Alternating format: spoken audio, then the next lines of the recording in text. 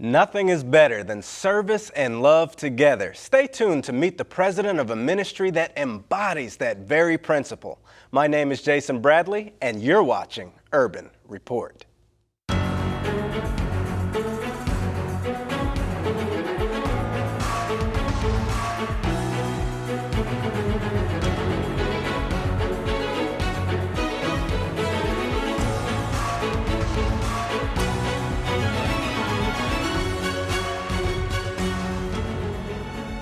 Hello and welcome to Urban Report. My guest today is Eric Camarillo, president of Salt Outreach Ministries. Welcome to Urban Report, Eric. Yeah, thanks for having me, man. I'm excited to be back here. Yes, absolutely, because you're clearly no stranger. Not a stranger. Yeah, no, to 3ABN or Dare to Dream. Yeah. Yes, absolutely. Why don't you give us like a little glimpse into what SALT is all about and how it got started? Yeah, so SALT is an acronym for Service and Love Together.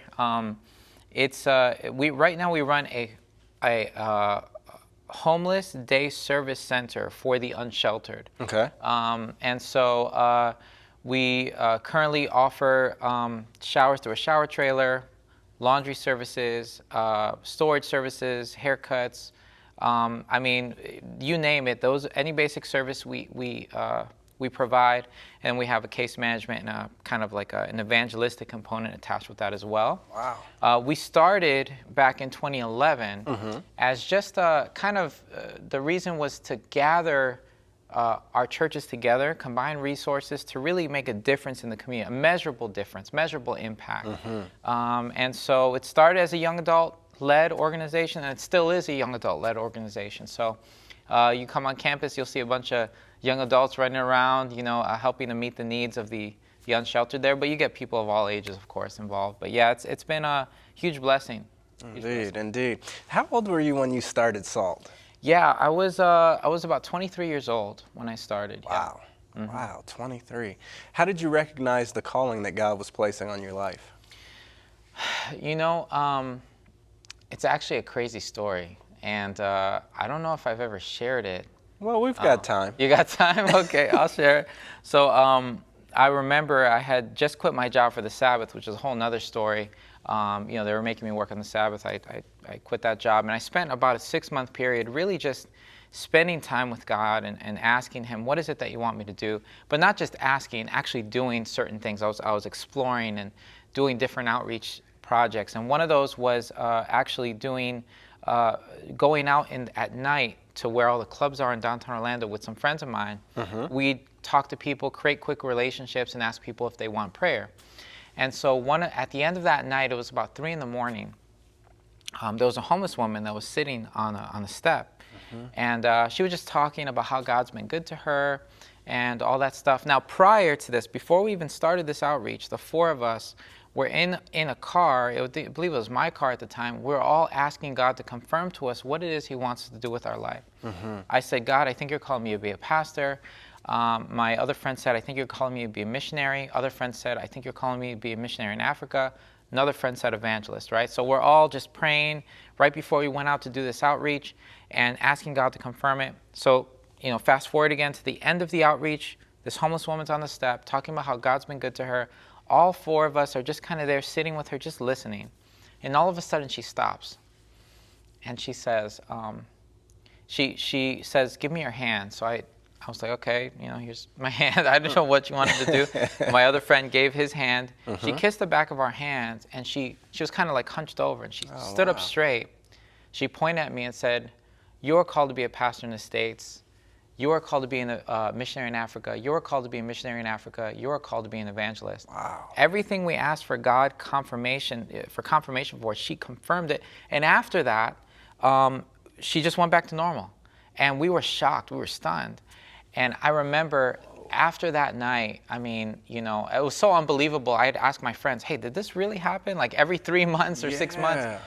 Because it was just so crazy. But God confirmed that there was a calling on my life for something, and I didn't know what it was, but about a month later is when SALT started. So it was really just a crazy experience, but yeah, it was a blessing. Yeah, that's incredible.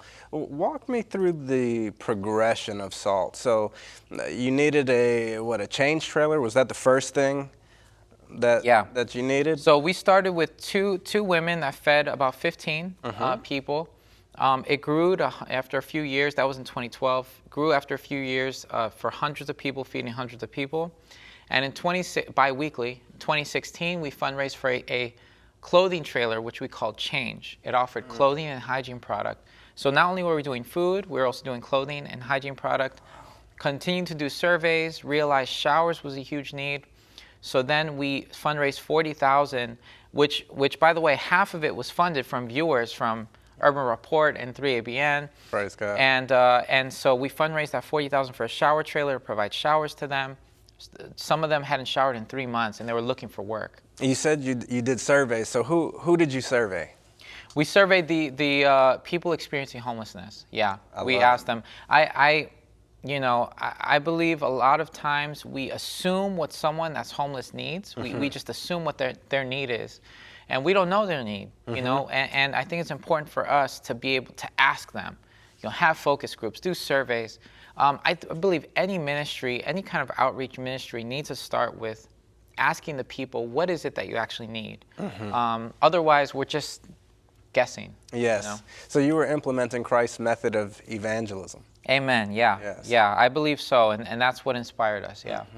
So this is a very hands-on, up close and personal ministry. How were you affected in 2020 with COVID-19? Yeah, it's a good question. So we had our shower trailer, we had our clothing trailer. So all together, we're offering showers, clothing, hygiene product, food, and haircuts. And so 2020 came. We wanted to operate on a weekly basis now because we're only operating once or twice a month. So in 2020 came, we hired 2 part-time people to operate weekly. COVID hit a month later, about March of 2020.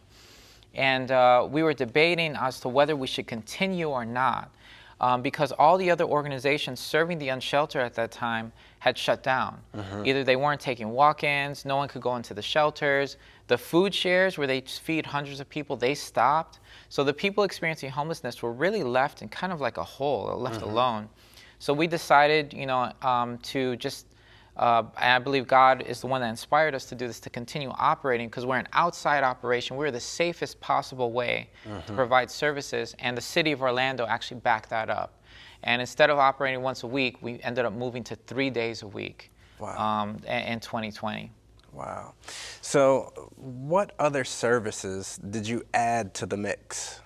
Yeah, so in about September of 2020, we started operating 4 days a week.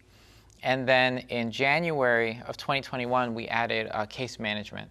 And that case management program has been a huge blessing. About 50% of the people they saw in that first 2 months, they helped take the next step toward ending their homelessness. And they were actually able to directly house 11% of the people they saw. Wow. Through the resources from SALT and through their efforts. So that's been a huge blessing. We also added a laundry trailer. So nice. Yeah, we actually have that as well, something we'll show later.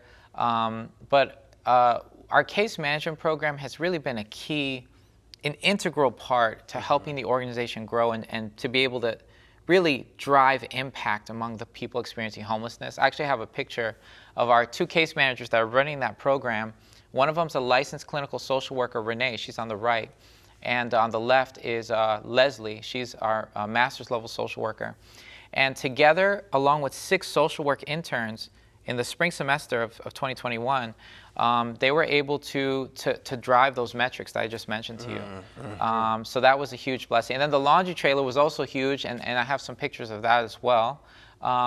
We actually launched that April 15th of 2021. Wow. You can see here, that's a picture of some of our team. That's some of our interns, our security guard, our staff members, volunteers. So that's them there. And then the next picture is actually a picture of the mayor making a proclamation. So there was actually a ribbon cutting that day where the mayor of Orlando came out and cut a ribbon with us.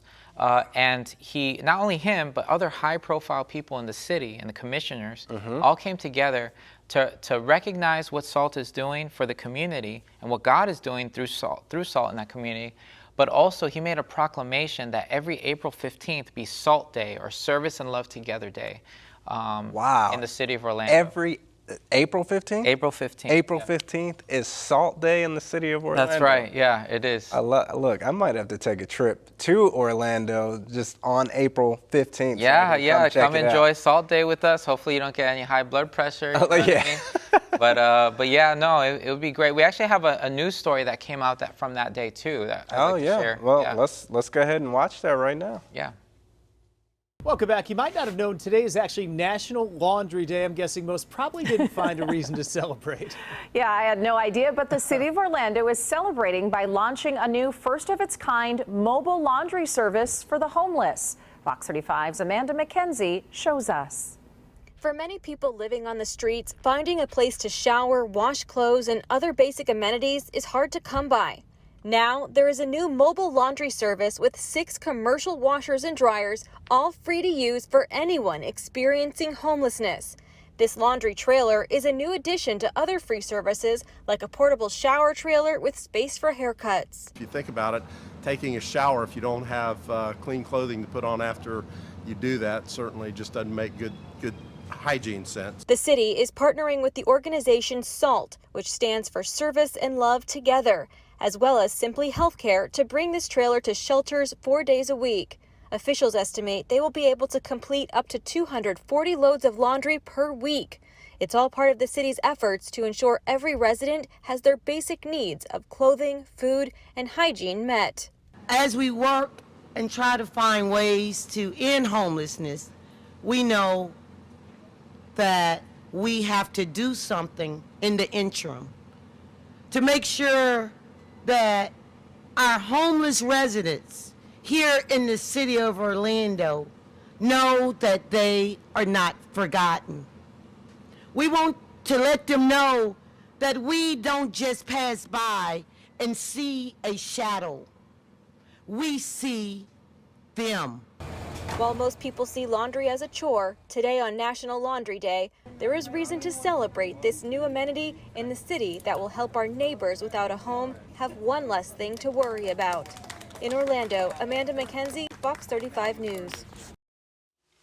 Wow, that's incredible. What do you want to add to that? Yeah, so, you know, partnership with the city of Orlando has been really great for the organization. I mean, we're actually going to be operating 6 days a week starting June 15th of 2021. And that time, we're going to be operating, about 8 hours a day, 6 days a week, as opposed to 3 or 4 days a week, which is going to be huge. But in 2020, just with the partnership operating 3 or 4 days a week, just to kind of give you an idea of what we've been able to do with God's help, is we've been able to serve about 1,500 unique individuals, unduplicated persons, with 30,000 units of service. So about 8,000 of those units were showers. Okay. Direct showers. And so we found that 30% of the people we served, so that's about 450 people, took the next step to end their homelessness after services with us through a coordinated community effort. Wow. And 17% took the next step to end their, 17% transitioned to shelter or housing after services with us through a coordinated effort as well. So it shows and it validates that these services are needed. And that's why the city is continuing to support this initiative. And not just the city, other businesses, other organizations, donors have been giving so much. In 2020, a lot of nonprofits hit, we're struggling with donations and donors, just from individuals. But our donations ended up doubling during that time because they saw the value of what SALT was doing during the pandemic for the unsheltered. I mean, unfortunately, last year, 1 in 5 people that we saw were new to homelessness. Wow. Because, and a lot of them, it was because of COVID-19. And we're seeing that trend continue. Just this first quarter of 2021, about 17% of, 17 or 18% of the people we served were new to homelessness.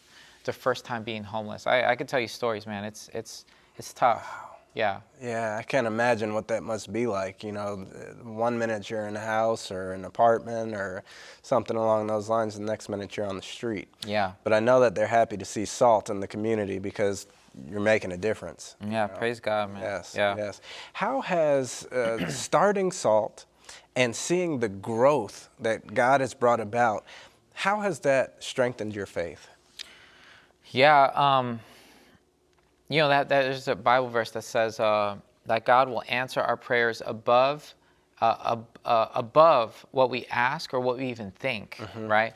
And you know, we thought, we dreamed of us eventually growing to this point, you know, to be not just for the sake of growth, but because we know as we grow, we can deliver a much higher impact, Yes. you know, with the people that we're serving. But we didn't think it would happen so soon. I mean, within a year, we entered 2020 as an all-volunteer organization, and at this moment right now, we have like 13 employees and a total of 30 team members that are helping to make all of this run. And we're about to hire 5 more people right now to operate 6 days a week. It's really mind-blowing, you know, it is. Yes. And God just continues to just kind of answer. Let me give you an example. Okay, of how intricately and how involved God is with this ministry. So just on the fundraising side, just talking the fundraising side, I know that we were needing to raise an additional about $50,000 for the case management program. I remember being kind of stressed out about it, you know, and I was going to God, I don't know what we're going to do. We launched this program in faith, and because we know it's needed, but we need your help to help fund this thing. And so at that moment, we needed $50,000. I got a phone call from an acquaintance of mine, just kind of asking, hey, tell me a little bit about how things are going and all that. And I told him, he's like, what are your needs right now? I'm like, well, you know, one of our biggest needs is our case management program. We need at least $50,000 right now to keep things kind of going and moving, because it's been really well, working really well. He's like, okay, I'll get a check of $50,000 out to you by Tuesday. I said, Wow. What? Yeah, that was just straight up. It couldn't be anything else. It was God answering that prayer. Absolutely. And so, you know, it's been a huge blessing for myself and for our team to experience God in such an intimate way through ministry. And obviously with our clients, there are countless testimonies of God using our team to really help someone get employment, to eventually get a home, or to help someone, you know, someone get baptized or learn or accept Christ. You know, there's so much. It's been huge, man. Yeah.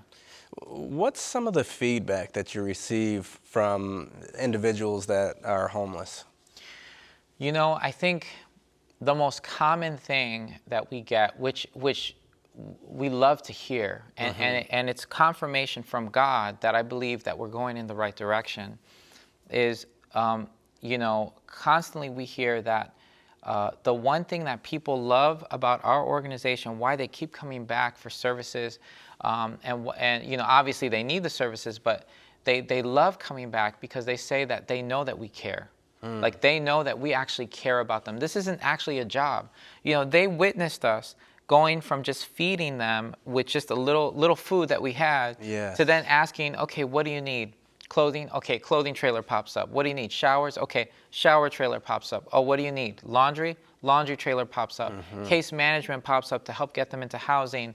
You know, pastoral, we brought on an outreach pastor. That was brought on to help meet the spiritual need, because they couldn't go into church anymore with COVID-19. So they were missing out on church. They didn't have any kind of spiritual environment anymore, no fellowship. And so with our evangelism department, we're able to kind of provide church to them. Our outreach pastor does service for them twice a month. And he's starting a weekly Bible study with them. And the main thing that he's doing, his main job, is to really just create relationships with them. And so that's what he's doing. He's creating those relationships. He spent 2 or 3 months doing that, and now he's going to be starting that weekly Bible study now and inviting those friends that he's made to that study. That's huge. That's huge. Yeah. I remember there was one time I was doing a 3ABN Today program with you, and you mentioned, you spoke about this pastor, and you said that he even cleans the toilets, he cleans the showers. How did that speak to the homeless community? Yeah. So a lot of, and he'll tell you himself, majority of the people experiencing homelessness have had some type of spiritual community in the past, have maybe been burned by the church, and they have want nothing to do with God, you know, some of them. And so when they see a pastor, and they call him their pastor, he's the pastor for the unsheltered there in Orlando, you know? Yes. And so they see him cleaning the toilet after they just use it. You know, they see him wiping down the shower after they just took a shower and sanitizing. Wow. They see him, he's there helping them get their laundry done, helping them get registered for services. He's working in the midst of our outreach services, but he's earning their respect. He's building trust, and at the same time, he's creating relationships and friendships with them. So it's really been, I think, changed their perspective on what pastoral ministry looks like. You know, a lot of people think suit, tie, desk, preach on the pulpit. You know, that's how a lot of people envision pastoral ministry. Him, as a pastor, doing these things is just a night and day difference, you know, to show in their perspective of what that looks like. Yeah, you know? just So, boots on the ground. boots on the ground, yeah. Hitting the community hard, right. Spreading the gospel. I love it. Right. Practical Christianity, yeah. for sure. Tell us a little bit about a miracle story, because I know that you needed an office building too. We did, yeah. We did need an office building, and we had been praying for years, and we didn't know how that would happen. We've been envisioning it, coming up with plans, and just asking God, I don't know how this is going to happen. We don't have the funding to get a building. So we created a partnership with the Christian Service Center. That's where we're operating now. It's called the Christian Service Center. And we were the first organization of about 9 that they're adding to the property. All organizations cater to helping the unsheltered population. One organization helps with employment. Another one helps with housing. We help with those basic services and basic case management.